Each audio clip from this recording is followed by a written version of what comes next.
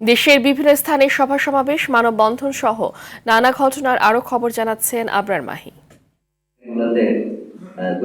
ত্রয়োদশ জাতীয় সংসদ নির্বাচনকে সামনে রেখে রাঙামাটির বাঘাইছড়িতে উপজেলা প্রশাসন, জনপ্রতিনিধি, শিক্ষক ও স্থানীয় গণ্যমান্য ব্যক্তিবর্গের সাথে রিজিয়ন কমান্ডারের মতবিনিময় সভা অনুষ্ঠিত হয়েছে।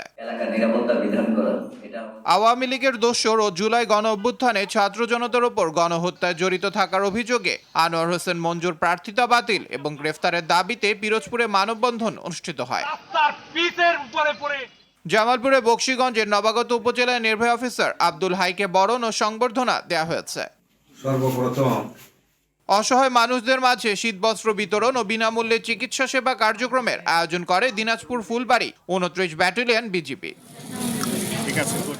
মুন্সিগঞ্জের পঞ্চশর এলাকায় জিশান মিলে লাগা আগুন ১ ঘন্টার চেষ্টায় নিয়ন্ত্রণে আনে মুন্সিগঞ্জ ফায়ার সার্ভিস ও সিভিল ডিফেন্সের ২টি ইউনিট।